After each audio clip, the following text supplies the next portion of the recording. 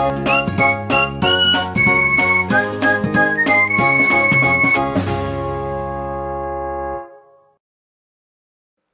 everyone, welcome to my channel Medco Prime Education.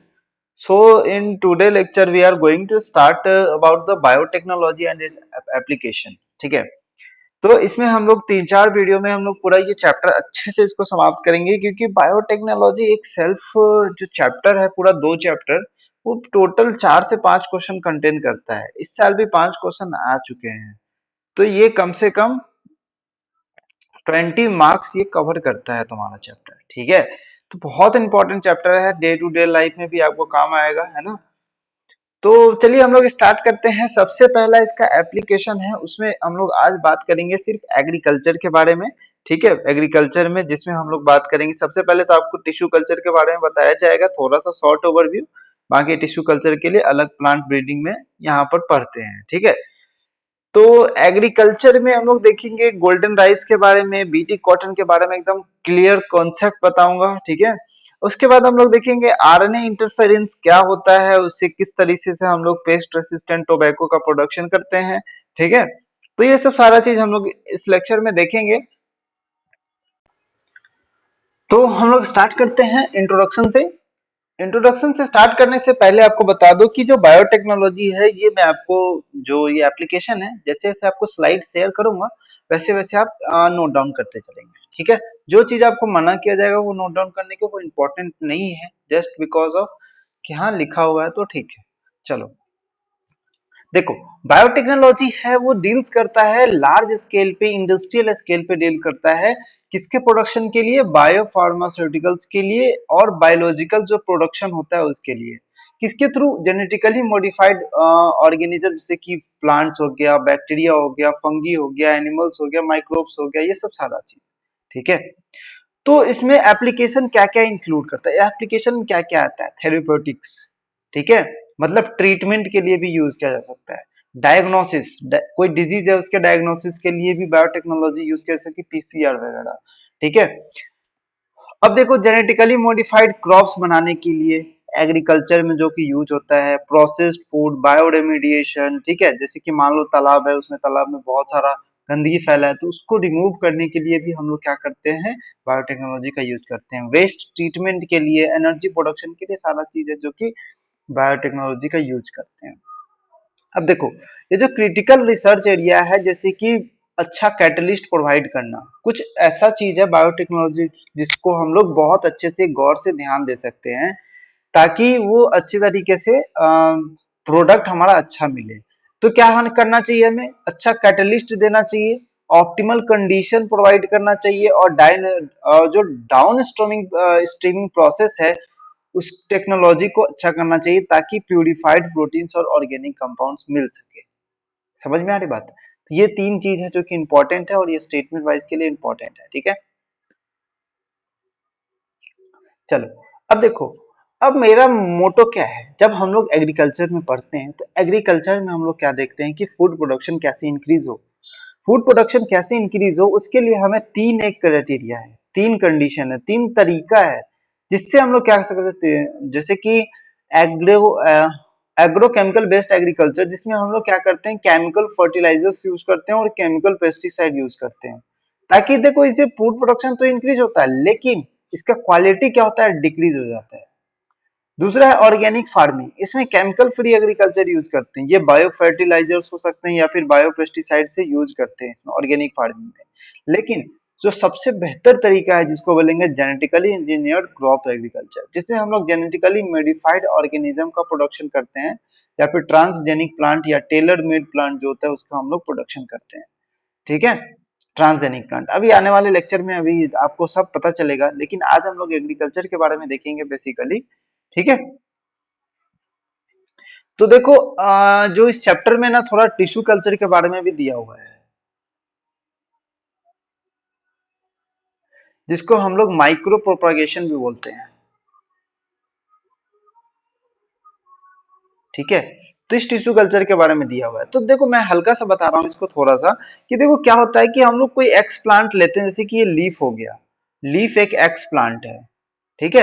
Leaf एक x plant है, तो उसको हम लोग क्या करते हैं, एक मीडियम में बेचते हैं, जिस मीडियम में सारा कंडीशन हम लोग प्रोवाइड करते हैं, कि वाइटामिन है, इनऑर्गेनिक सॉल्ट है, ये सारा चीज कंडीशन हम लोग प्रोवाइड करते हैं, जैसे कि वाइटामिन सॉल्ट, अमीनो एसिड्स, ठीक है।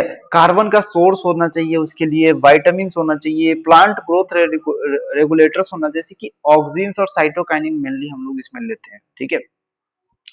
तो क्या करते हैं, इस लीफ को इसमें डाल देते हैं, ठीक है, लीफ इसमें डाल दिए। तो अगर हम लोग करते हैं कि ऑक्सिन और साइटोकाइनिन का मात्रा अगर इक्वल है, तो इस केस में क्या बनता है, कैलस का फॉर्मेशन हो जाता है। इस केस में क्या बनता है, कैलस का फॉर्मेशन हो जाता है। तो इसको डिफरेंशिएट करा रहे हैं और कैलस का फॉर्मेशन हो रहा है। तो इस कैलस कैलस क्या होता है, कैलस हमें क्या करना है, इस लीफ से हम लोग क्या करते हैं, प्लांट का फॉर्मेशन करते हैं, जिसमें क्या होता है, सूट होता है और दूसरा क्या होता है, रूट होता है। समझ में आ रही बात। तो इस कैलस का फॉर्मेशन करते हैं। Callus is a mass of undifferentiated cells. ये अनडिफरेंशिएटेड सेल्स का एक मास होता है, जिसको बोलते हैं कैलस। अब क्या करते हैं हम लोग, ऑक्सिन का मात्रा साइटोकाइनिन से ज्यादा करते हैं, तो इस केस में यहाँ पर में रूट देखने को मिलता है, रूट का फॉर्मेशन स्टार्ट हो जाता है, ठीक है। रूट का फॉर्मेशन स्टार्ट हो जाता है। जब हम लोग साइटोकाइनिन का मात्रा ऑक्सिन से बढ़ा देते हैं, तो क्या होता है कि यहाँ पर में सूट का भी फॉर्मेशन होने लगता है, ठीक है, और रूट तो बन ही रहा था। तो एक पूरा तरीके का छोटा सा प्लांट बन जाता है, प्लांटलेट जिसको बोलते हैं, एक तरह का क्या बनता है यहाँ पे, प्लांटलेट, ठीक है, ठीक है ना। तो इस तरीके से फॉर्मेशन होता है। तो ये पूरा एक टिश्यू कल्चर है, फिर इसको बाहर निकाल के इसको ग्रो कराते हैं, ठीक है। इससे कौन कौन सा प्लांट बना चुके हैं, जैसे कि इसको याद रखने के लिए एक तरीका है बैट, जैसे कि बनाना, दूसरा आप जो खाते हो एप्पल, और तीसरा टोमेटो। ये तीन प्लांट इसे बनाया गया हुआ है।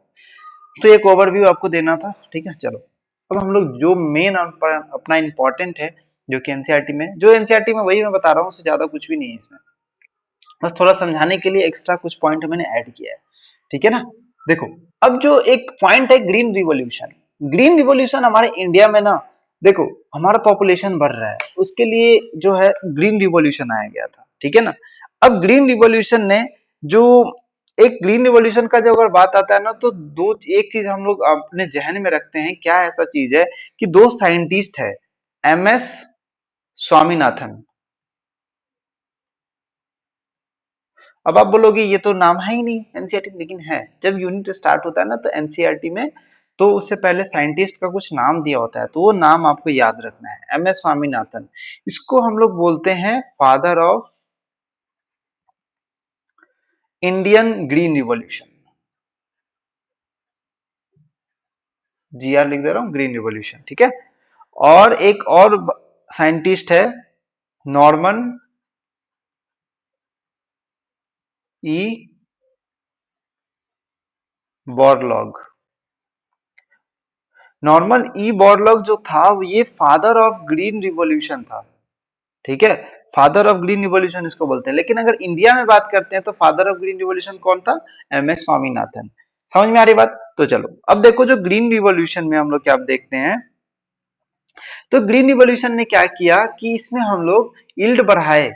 किसके कारण यील्ड बढ़ गया, इम्प्रूव्ड क्रॉप वैरायटी हम लोग यूज किए थे, ठीक है। और उसका मैनेजमेंट हम लोग अच्छी तरीके से किए, ठीक है। जैसे कि agriculture, agrochemicals, bio fertilizers, pesticides, ये सब यूज किए हैं। लेकिन अगर तुम्हें पता है, bio fertilizers, pesticides, sorry agrochemicals, ये सब जो है, हम लोग फर्टिलाइजर्स और पेस्टिसाइड अगर यूज करते हैं, तो ये केमिकल्स है, और ये केमिकल्स हमारे बॉडी को हार्म करते हैं। लेकिन हाँ, प्रोडक्शन तो इंक्रीज हो रहा है, लेकिन हार्म करता है। सो फार्मर जो है हमारा, जो डेवलप, और ये सब क्या है, एक्सपेंसिव भी होता है, ये सब से क्या है, क्या एक्सपेंसिव भी होता है। तो जो जो डेवलपिंग कंट्री है लाइक इंडिया, तो इसमें फार्मर ये सब इतना ज्यादा एक्सपेंसिव अफोर्ड नहीं कर सकते, गरीब किसान ये सब ज्यादा एक्सपेंड नहीं कर सकते। तो इस केस में ये अपना यील्ड बढ़ाना चाहते हैं, जो कि कॉन्वेंशनल ब्रीडिंग के थ्रू, ये जो देखो, ये इसको क्या बोलते हैं, कॉन्वेंशनल ब्रीडिंग। तो ये तरीके का कॉन्वेंशनल ब्रीडिंग है, जो पहले से चला आ रहा है, ठीक है। तो कॉन्वेंशनल ब्रीडिंग किसका एग्जांपल है भाई, ग्रीन रिवॉल्यूशन का इंपॉर्टेंट क्वेश्चन है। क्या कोई ऐसा, ये सब सारा चीज जो है ना, ये हमारे इंडिया में नहीं हो सकता, ज्यादा टाइम नहीं चला, क्योंकि just because of it is too expensive. So we have any alternate pathway. So we have an alternate pathway like production of genetically modified crops. ठीक है, जेनेटिकली मॉडिफाइड क्रॉप्स कैसे बनता है, जैसे कि प्लांट्स हो गया, बैक्टीरिया हो गया, फंगी हो गया, एनिमल्स, इसके जीन को हम लोग अल्टर करते हैं, मतलब इसके जीन में कोई और ऐसा जीन ऐड करते हैं जो कि अच्छा हो इससे, ठीक है, इससे बेहतर हो, अच्छा प्रोडक्ट दे रहा हो, ठीक है, वो जीन को हम लोग इंट्रोड्यूस करते हैं और उसका प्रोडक्शन इंक्रीज हो जाता है। तो वो जो ऑर्गेनिज्म होता है ना, उसको बोलते हैं जेनेटिकली मॉडिफाइड ऑर्गेनिज्म, ठीक है। यही जेनेटिकली मॉडिफाइड ऑर्गेनिज्म को टेलर मेड प्लांट, जैसे कि दर्जी को जाते हो तो अब तुम डायरेक्ट अच्छा खासा शर्ट जो हम लोग डायरेक्ट दुकान से खरीद के लाते हैं, वो क्या हो गया, वो नहीं, वो टेलर मेड नहीं, टेलर मेड मतलब आपने जो बनाया, आपने अपने तरीके से बनाया, उसको बोलते हैं टेलर मेड प्लांट, ठीक है। तो ये सप्लाई करते हैं जो alternate source to the industries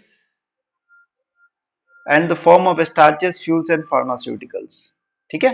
चलो, अब देखो, जो हमारा नेक्स्ट है, अब हम लोग एग्रीकल्चर, अब एक जो आपको दिखाने जा रहा हूँ, ये चीजें आपके लिए बहुत ज्यादा इंपॉर्टेंट,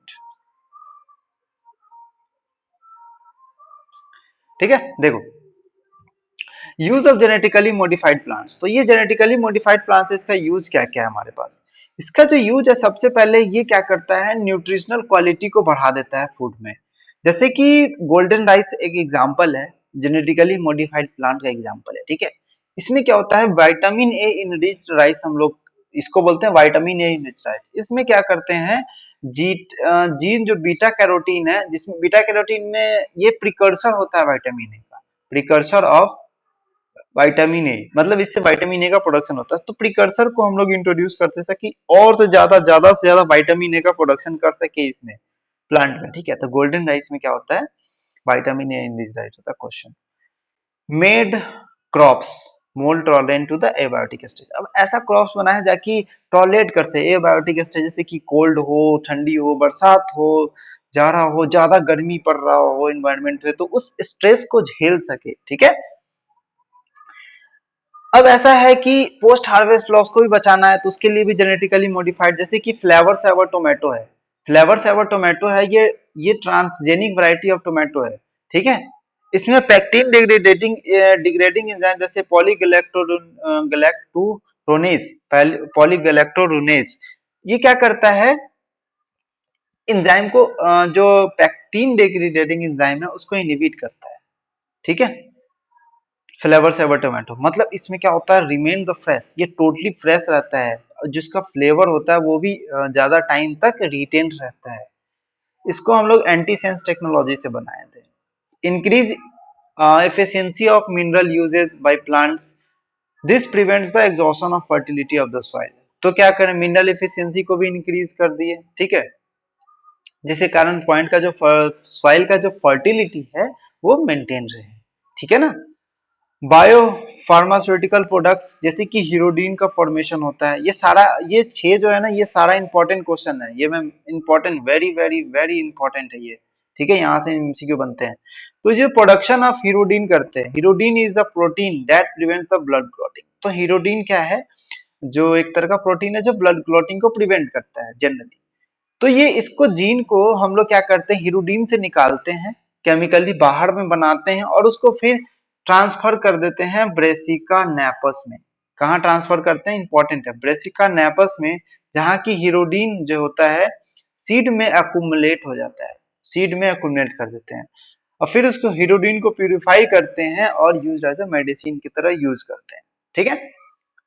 अब कुछ हर्बिसाइड असिस्टेंट प्लांट बनाते हैं, जैसे कि पहला ट्रांसजेनिक प्लांट है जैसे कि टोबैको, ठीक है, इसके बारे में भी हम लोग बताएंगे अभी, मैं बताऊंगा अभी, हम लोग क्या बताएंगे, पेस्ट रेसिस्टेंट क्रॉप, ठीक है, केमिकल पेस्टिसाइड्स पे डिपेंड होता है, इसको हम लोग बनाते हैं इससे। चलो, ये सब सारा अभी दोनों अभी डिस्कस करूंगा, ये और ये इन चलो, सबसे पहले हम लोग डिस्कस करते हैं, सबसे पहले हम लोग क्या डिस्कस करते हैं, क्या डिस्कस करें बताओ, गोल्डन राइस के बारे में, ठीक है।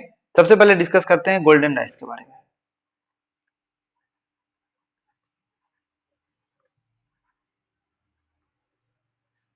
ठीक है। देखो, गोल्डन राइस कैसे बनाया गया, गोल्डन राइस में क्या था कि सबसे पहले हमारे पास एक राइस था जिसको बोलेंगे ओराइजा सटाइवा, ठीक है। ओराइजा सटाइवा, देखो मैं लिख रहा हूँ बट मैं बोल भी रहा हूँ इसके अकॉर्डिंग, अगर जो राइटिंग है थोड़ा गड़बड़ हो जाता है, बट जो बोल रहा हूँ उतना लिखते जाना, ठीक है ना।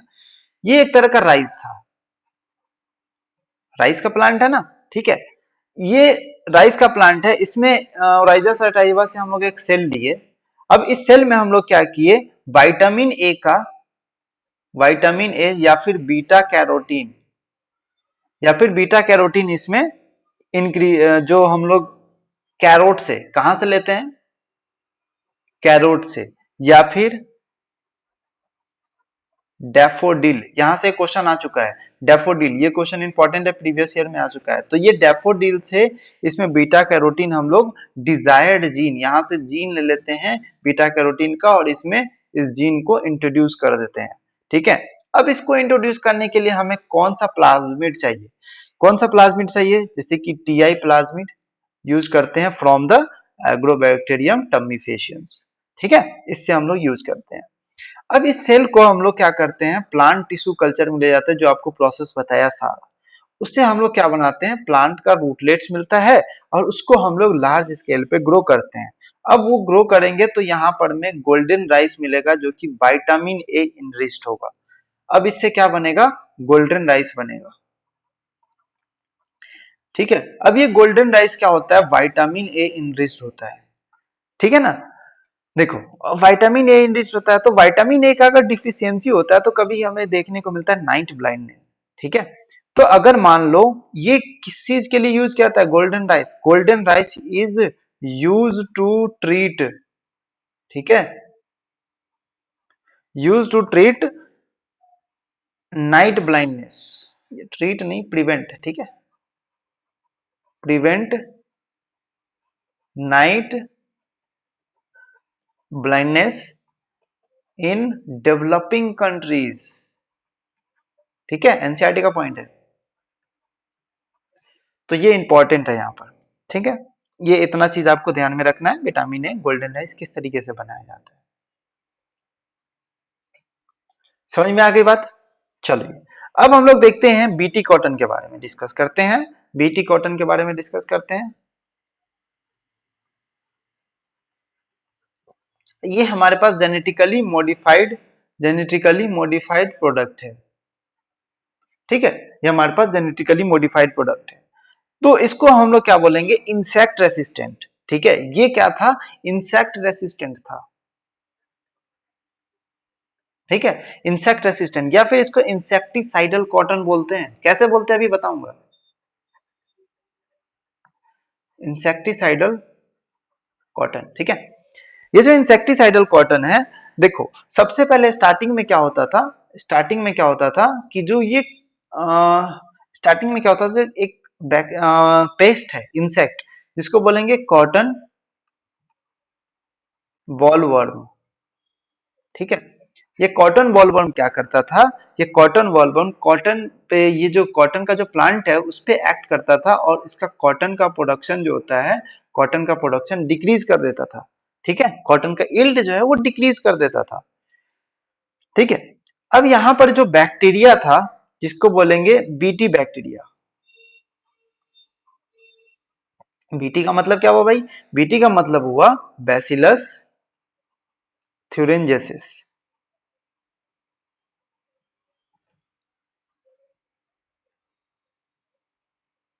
ठीक है, बैसिलस थ्यूरेंजेसिस, ठीक है। तो बैसिलस थ्यूरेंजेसिस क्या करता था, अब इस ये जब स्पोर फॉर्म में होता था, ये जब स्पोर फॉर्म में होता था, जब स्पोर फॉर्म में होता था, ये तो एक जीन प्रोडक्शन करता था, जिसको बोलेंगे कराई जीन या बीटी जीन, ठीक है। अब इस जीन से तुम्हें पता है, जीन से क्या बनता है, प्रोटीन, तो इससे बनता था क्राई प्रोटीन, ठीक है। इससे क्या बनता था भाई सब, क्राई प्रोटीन बनता था। और ये क्राई प्रोटीन क्या होता है, बैक्टीरिया में तो इनएक्टिव होता था, बैक्टीरिया में, बैक्टीरिया में क्या होता है, इनएक्टिव होता है, ठीक है। बैक्टीरिया में इनएक्टिव होता है, मतलब प्रिवेंट बैक्टीरिया फ्रॉम सुसाइड, ठीक है, सुसाइड, खुद की सुसाइड होने से ये बचाता था, प्रोटॉक्सिन, इसीलिए इसको कहा जाता है प्रोटॉक्सिन, लेकिन दूसरे के लिए क्या था, टॉक्सिक। ठीक है, लेकिन दूसरे के लिए क्या था, टॉक्सिक, इसीलिए हम लोग बोलते हैं टॉक्सिक क्राई प्रोटीन। लेकिन ये प्रोटॉक्सिन है किसके लिए, बैक्टीरिया के लिए। ठीक है, चलो, तो ये इतना काम उसमें हो रहा था भाई। ठीक है, ये इतना काम करता है, लेकिन इसी का यूज करके हमारे साइंटिस्ट ने कुछ ऐसा किया कि ये पूरा कहानी ही बदल गया इसका। ठीक है, इसका पूरा कहानी ही बदल गया। ठीक है, अब देखो, अब क्या होता था कि जो बॉलवर्म जो है, बॉलवर्म ईट किया, किसको ईट किया, बैसिलस थेरोन्जिसिस को। ठीक है, बॉलवर्म बैसिलस थेरोन्जिसिस के थ्रू ईट किया। तो वो जो क्राई प्रोटीन है, वो जो क्राई प्रोटीन था, पता है ना क्राई प्रोटीन बनाता है, तो क्राई प्रोटीन, अब ये क्राई प्रोटीन जो है इनएक्टिव होता है, इनएक्टिव है इस केस में। ठीक है, बैक्टीरिया में ये इनएक्टिव है। तो जब बैक्टीरिया में इनएक्टिव किया, वो जो इनगल्फ किया, तो उसको कहाँ गया वो, इंसेक्ट के, उस इंसेक्ट के, जैसे कि जो ये बॉलवर्म ने, अब ये बैक्टीरिया को इंसेक्ट किया। ठीक है, ये बैक्टीरिया को बॉलवर्म ने इंसेक्ट किया, तो बॉलवर्म जो इंसेक्ट है, अब इसमें कहाँ गया, इसके मिडगट में गया। अब इसके मिडगट में गया, मिडगट में क्या है भाई साहब, अल्कलाइन पीएच। ठीक है, मिडगट में क्या है भाई, अल्कलाइन पीएच। अब अल्कलाइन पीएच के कंडीशन में ये क्राई प्रोटीन जो है, ये क्राई प्रोटीन जो है ये एक्टिव हो जाता है। ठीक है, अब ये क्राई प्रोटीन एक्टिव हो जाता है। ठीक है, मतलब एक्टिव का मतलब क्या है, ये प्रोटीन पहले इनसॉल्युबल था, ये प्रोटीन पहले इनसॉल्युबल था, अब क्या हो गया भाई साहब, सॉल्युबल, मतलब ये ब्लड में जा सकता है। ठीक है, और ये कर सकता है कुछ। तो देखो, ये बैक्टीरिया का ल्यूमन है, सॉरी ये इंसेक्ट का ल्यूमन है। ठीक है, ये इंसेक्ट का ल्यूमेन, अभी सारा चीज लिखा हुआ है, अभी तुम ध्यान दो इस पे समझने में। ठीक है, सारा चीज आपको दिखाऊंगा, लिखा हुआ है पूरा स्लाइड, ये बस आपको समझाने के लिए मैं बता रहा हूँ, क्योंकि ऐसे समझना पड़ेगा। तो ये बैक्टीरिया क्या करता है भाई साहब, इसमें पोर्स जनरेट कर देता है, इसमें पोर्स जनरेट कर देता है। ठीक है, इसमें पोर्स जनरेट करता है, जिसके सारा का सारा वाटर मॉलिक्यूल्स इसमें अंदर चला जाता है। ठीक है, सारा का सारा वाटर मॉलिक्यूल्स इस ल्यूमेन से इस सेल में चला जाता है। ये क्या है तुम्हारा ल्यूमेन। ठीक है, ये ल्यूमेन से कहाँ चला जाता है, सेल में चला जाता है। और क्या करता है, क्राई प्रोटीन क्या करता है, creates pore in epithelium of, तुम लिख लेना, ऐसे मैं बता रहा हूं, तुम ऐसे लिखना चाहते हो तो लिख लेना। ठीक है, मिडगट ऑफ इंसेक्ट, इंसेक्ट के मिडगट में वो चला जाता है। ठीक है ना भाई, अब क्या करता है, वाटर सॉल्युबल, वाटर क्या करेगा, वाटर इनसाइड, वाटर इंटर करेगा, वाटर इंटर इनसाइड। ठीक है, अब जब वाटर इंटर इनसाइड, तो उसके बाद क्या करेगा, स्वेलिंग ऑफ सेल होगा एंड ब्रस्ट। तो क्या कर गया, उसके जो मिडगट है वही ब्रस्ट करना स्टार्ट हो गया। ठीक है, अब मिडगट ब्रस्ट करना स्टार्ट हो गया, तो इंसेक्ट क्या होगा भाई, इंसेक्ट मरेगा, हाँ मरेगा भाई, मरेगा ही। Insect die due to starvation. ठीक है, तो ये सारा प्रोसेस होगा अगर जो बॉलवर्म है वो बैक्टीरिया को खाएगा। अब ये बैक्टीरिया को हम लोग यूज करते हैं, अब इस बैक्टीरिया को हम लोग ने यूज किया किसमें, देखो हमारा जो कॉटन है, कॉटन है, कॉटन का जो प्लांट है उस पर कौन एक्ट करता था, कौन सा इंसेक्ट एक्ट करता था, कॉटन बॉलवर्म एक्ट करता था। अब जब कॉटन बॉलवर्म ने ऐसा देखा कि, सॉरी हमारे साइंटिस्ट ने ऐसा देखा कि कॉटन बॉलवर्म बैक्टीरिया को, बैसिलस थेरेंजिसिस को खाने के बाद उसके पेट में ये सारा कांड हो रहा है भाई, ये सब सारा कांड उसके पेट में हो रहा है। अब इस कांड को साइंटिस्ट ने समझ लिया, अब क्या किया, इस बैक्टीरिया को यूज किया, कैसे, इसका जीन निकाल के, इसका जीन निकाल के उस प्लांट में ट्रांसफर करा, कॉटन के प्लांट में। इसीलिए हम लोग क्या करते हैं, बीटी कॉटन उसको बोलते हैं। समझ में आ रही बात, उस प्लांट को, इसका जो जीन है उसको निकाल के हम लोग प्लांट में ट्रांसफर कर दिया। समझ में आ रही बात, तो देखो अगला हम लोग क्या करते हैं, उसका हम लोग बहुत अच्छा यूज कर रहे हैं। देखो जैसे कि हम लोग बीटी जीन है, ठीक है, बीटी जीन है, जिसको हम लोग क्राइजीन बोलते हैं। ठीक है, बीटी जीन या फिर क्राइजीन। अब इसको हम लोग क्या किए, via the help of vector, अब तुम बताओ वेक्टर क्या क्या हो सकता है, टीआई प्लाज्मिड हो सकता है ना, प्लांट में ट्रांसफर करने के लिए। तो इसको इंट्रोड्यूस कर दिया,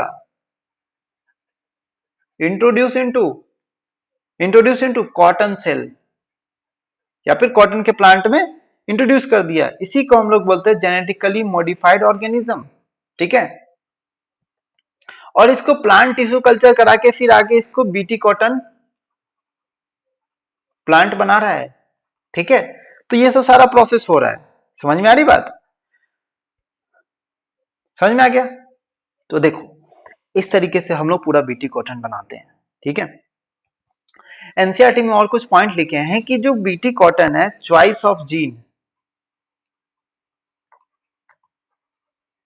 choice of gene, BT gene, कौन सा जीन, बीटी जीन।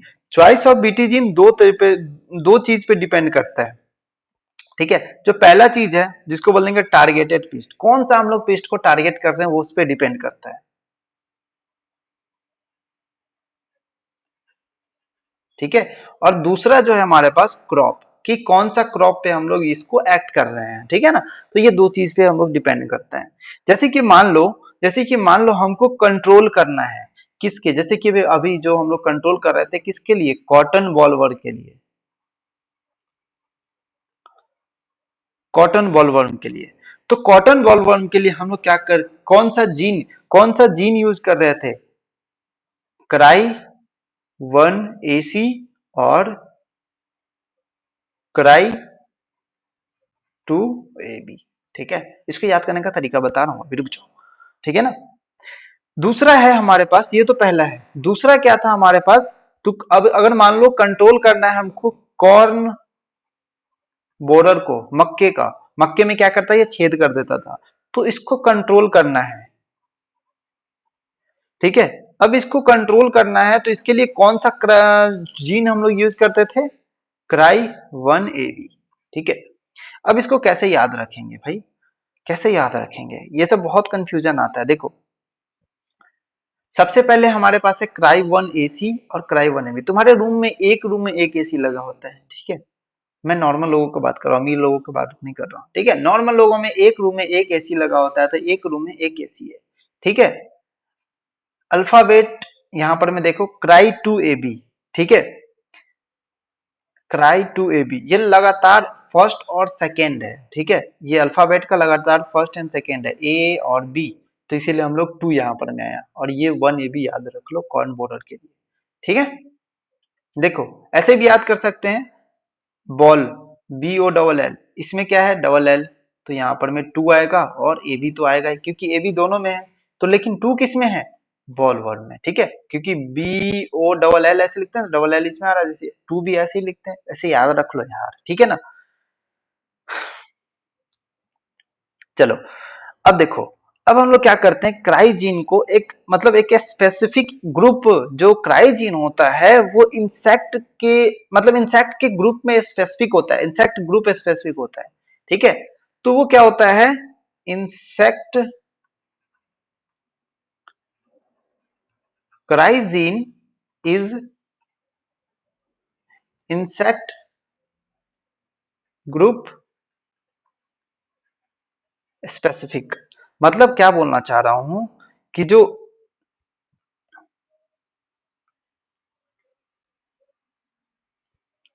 लेप, लेपिडोप्टेरन्स, जैसे कि पहला अगर मान लो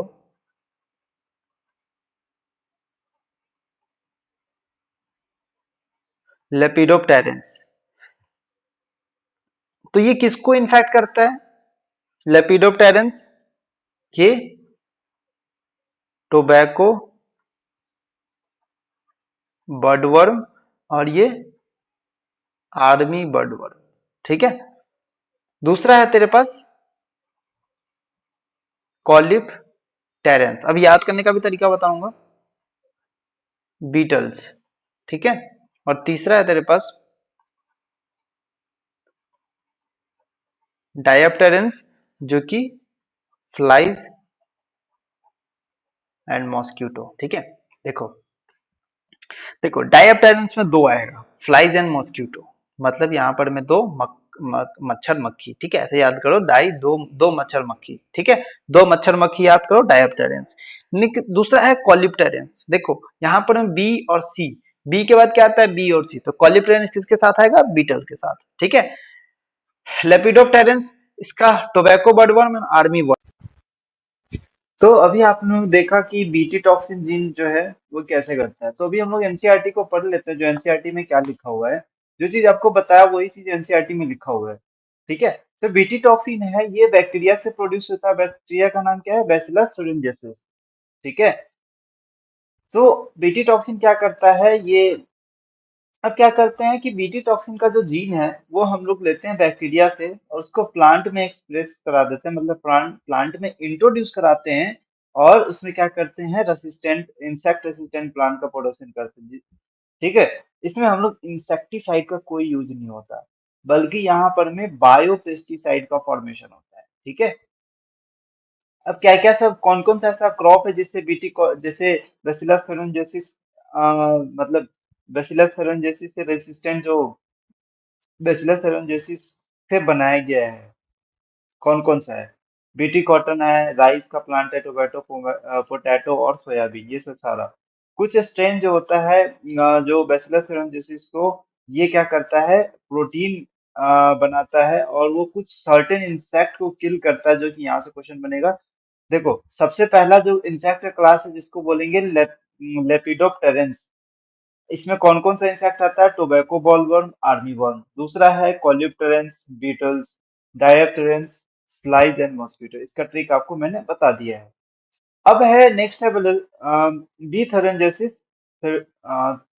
B. thuringiensis forms the protein crystal during the particular phase of their। अब वही चीज है कि प्रोटीन बनाता है, वो प्रोटीन इनएक्टिव होता है जो कि सॉल्युबलाइज कर देता है। स्टार्टिंग में तो इनसॉल्युबल होता है, उसको सॉल्युबलाइज कर देता है अल्कलाइन पीएच पे, और वो धीरे धीरे उसमें क्या करता है, पोर्स का फॉर्मेशन करता है। देखो ये सारा चीज में वही लिखा हुआ है, ठीक है। एक चीज और है जो एनसीईआरटी में लिखा हुआ है, हम लोग इस तरह से क्राई लिखेंगे तो ये कैपिटल सी है, तो हम लोग ये क्राई प्रोटीन होता है ये, ठीक है। एक क्राइजीन होता है, अगर हम ऐसे लिखते हैं ना तो क्राइजीन इस तरीके से लिखेंगे, स्मॉल सी, ठीक है। ये एनसीईआरटी ने थोड़ा सा रेफरेंस दिया है।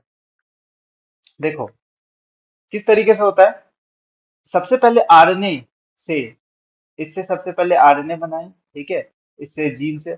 अब इस आरएनए में क्या किए, अब इस आरएनए में बैसिलस thuringiensis से जीन निकाले और फिर क्राइजीन निकाले और इसको प्लांट में इंट्रोड्यूस कर दिया। अब जब ये खाएगा इसको तो इसके गट में जाएगा, इसके गट में क्या सीन हो रहा है, ये सारा सीन गट में हो रहा है।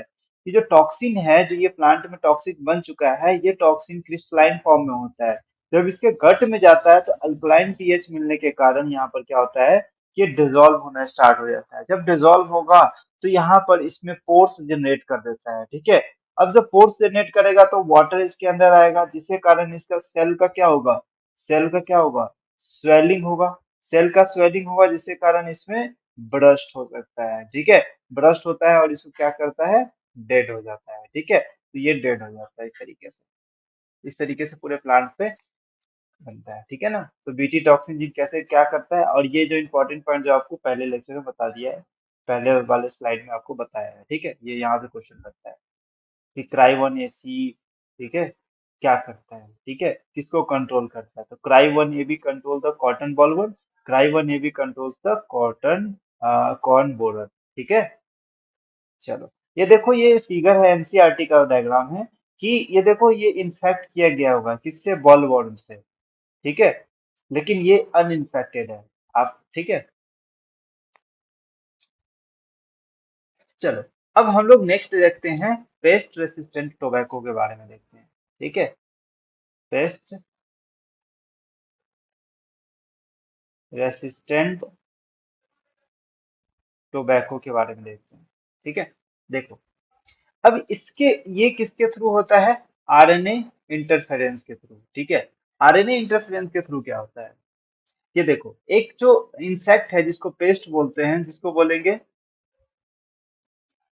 मेल मेल्यूडिगाइन नी मेल्यूडिगाइनी इनकॉग्निशिया, ठीक है। इसको शॉर्ट में हम लोग एमआई बोलेंगे, ठीक है। तो ये पेस्ट है, ठीक है, पेस्ट। तो इसमें क्या करता है, ये क्या करता है, रूट को इन्फेक्ट करता था, ये क्या करता था, रूट को इन्फेक्ट करके यहाँ पर में ये नोड्यूल का फॉर्मेशन करता था रूट में, ठीक है, जिसको बोल देंगे रूट नॉट डिजीज।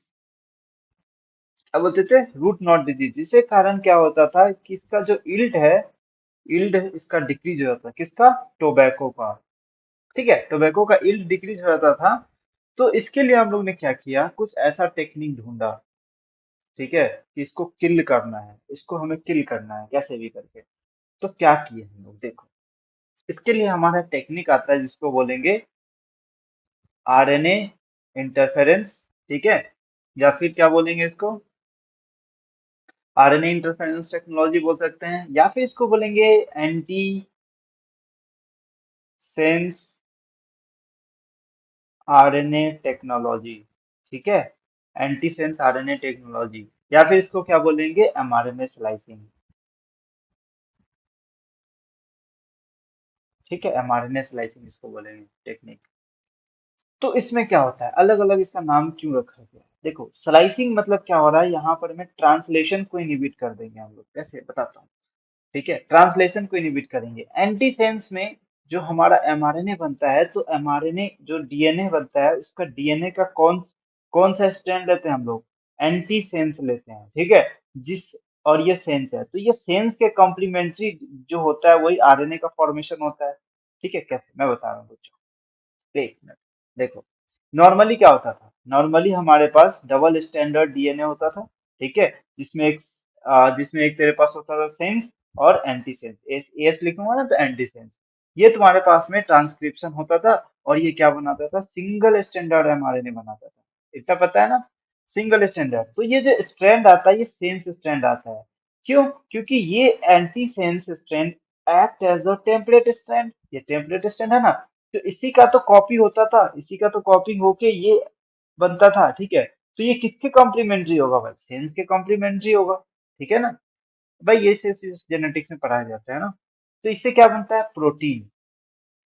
लेकिन उल्टा यहाँ पे सोचो, थोड़ा सा सोचो, दिमाग लगाओ, कि ये हमारा जीन है या डीएनए है, इसमें भी सेंस एंटी सेंस होगा, ठीक है, इसमें भी सेंस और एंटी सेंस होगा, इससे क्या बनाना है हमको, डबल स्टैंडर्ड एमआरएनए बना दे किसी तरह, डबल स्टैंडर्ड एमआरएनए बना दे, डबल स्टैंडर्ड एमआरएनए बना दे जिसमें सेंस और एंटी सेंस दोनों हो, जिसमें सेंस, अभी सेंस एंटी सेंस कहाँ से आएगा भी नहीं सोचना, बताऊंगा, ठीक है। अब ये डबल स्टैंडर्ड आरएनए कभी भी ट्रांसलेशन करके प्रोटीन का फॉर्मेशन नहीं कर सकता, ठीक है। अब जब प्रोटीन का फॉर्मेशन नहीं कर सकता, तो क्या अगर ये टेक्निक हम लोग, क्या ये टेक्निक हम लोग प्लांट में लागू कर दे तो हो जाएगा, हो जाएगा, अवश्य हो जाएगा।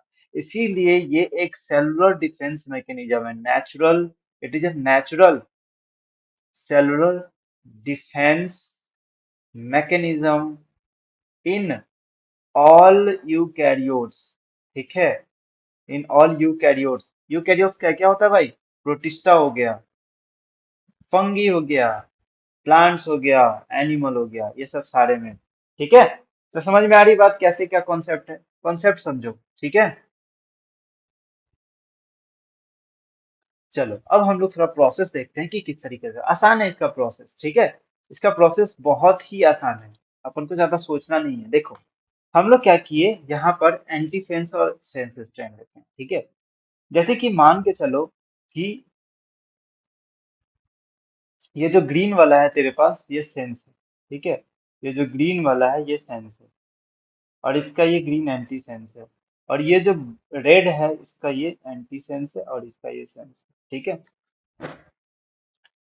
समझ में आ गए, तुम ये डायग्राम छोड़ो, ये डायग्राम कुछ ज्यादा ही हाई फाई है, लेकिन इसको मैं थोड़ा बाद में समझाऊंगा, मैं खुद समझा रहा हूँ। देखो क्या होता है, कि मान लो हम लोग क्या किए, जीन लिए, ठीक है, जीन लिए किससे, डिजायर्ड जीन किससे, उस नेमेटोड से, मैं उस जो एमआई जिसको बोले थे उससे, ठीक है, ये पेस्ट से हम लोग जीन इंसर्ट किए और उसको इंट्रोड्यूस कर दिए टोबैको में, टोबैको प्लांट में इंट्रोड्यूस कर दिए, ठीक है, और टोबैको प्लांट से उससे हम लोग इंट्रोड्यूस कर दिए। अब इस टोबैको प्लांट से हम लोग क्या करते हैं, जीन लेते हैं, इसके जीन में हम लोग क्या करते हैं, डबल स्टैंडर्ड आरएनए का फॉर्मेशन करते हैं, ठीक है, डबल स्टैंडर्ड आरएनए का फॉर्मेशन करेंगे, ठीक है।